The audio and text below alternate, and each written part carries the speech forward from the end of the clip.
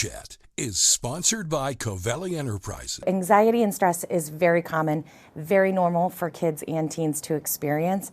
And if we as parents are looking for ways to talk about anxiety, talk about stress, and really help kids begin to cope with stress, we probably first want to start thinking about our own stress and how are we making sure that we are coping with our experiences and coping with our anxiety so that we're modeling the best possible behaviors when we're experiencing stress. If we're modeling appropriate coping for our kids, then they're able to pick up on those cues.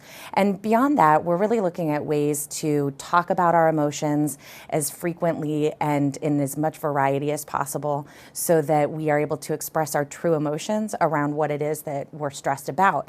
Because it might be that I'm stressed about school or an upcoming test. I might be stressed about sports or a relationship or a friendship. I might be stressed about something that's happening at school, at home, or in the community. And so by being able to use as many words as possible to have this conversation with our kiddos, that it's not just I'm feeling stressed, but maybe I'm disappointed or frustrated or overwhelmed with the experience. So modeling behaviors, using a variety of language, and then thinking about how we can appropriately cope together. When we want our kids to feel comfortable talking to us about their feelings, we want to make sure that we're validating their experiences. I know sometimes it can be easy when a child is stressed about something that seems small to us as adults in comparison to the stressors that we're experiencing.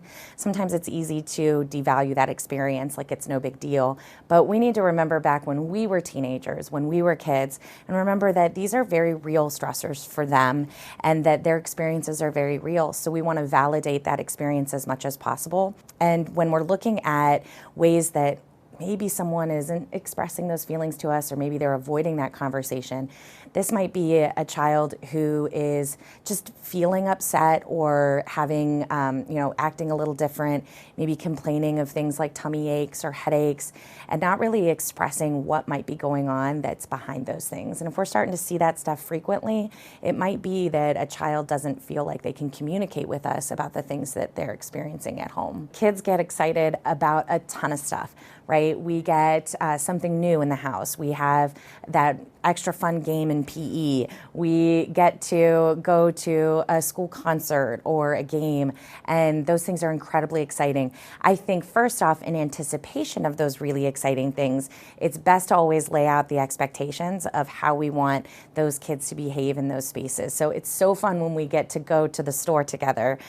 But what is that going to look like? And then when we get to come home, what are those expectations when we come home as well? So we can take 5 minutes and just be excited together and have a good time. But now we need to get back to making dinner or get back to, the homework that we still have to finish. So kind of setting up those expectations ahead of time is probably the best. We really want to listen to our kids without judgment when they're talking about their feelings because we want that conversation to remain open and open for their entire lives. So the earlier we start having these conversations that sometimes get difficult, when they're little, the stakes are pretty low, but as they get older, the stakes get higher, and we want them to feel like they can come to us and have those conversations. So the more we validate that and the more we resist our urge to lecture or push in our judgment, even when we might think they might be making a mistake, because that can be really difficult for them to then want to come to us if that mistake was made.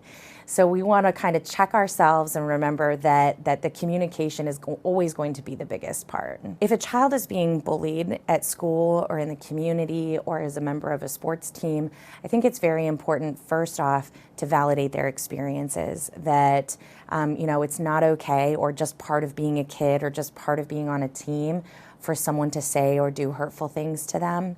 I think that we want to make sure that if there is someone who is purposefully and continuously saying or doing hurtful things to that child, that we are helping our child first and foremost by seeking out some of the leaders in those spaces. So whether that's the administration at school, our school counselors, or if that's a leader in the community like a sports coach or director, making sure that those folks are aware of the situation that's happening, and then also building our child's strength by helping them begin to practice ways of setting boundaries and saying, hey, I like that we're friends, but I don't like when you say those hurtful things to me. Can you please not say those things to me? So kids experience lots of things at school, in their communities, and even at home.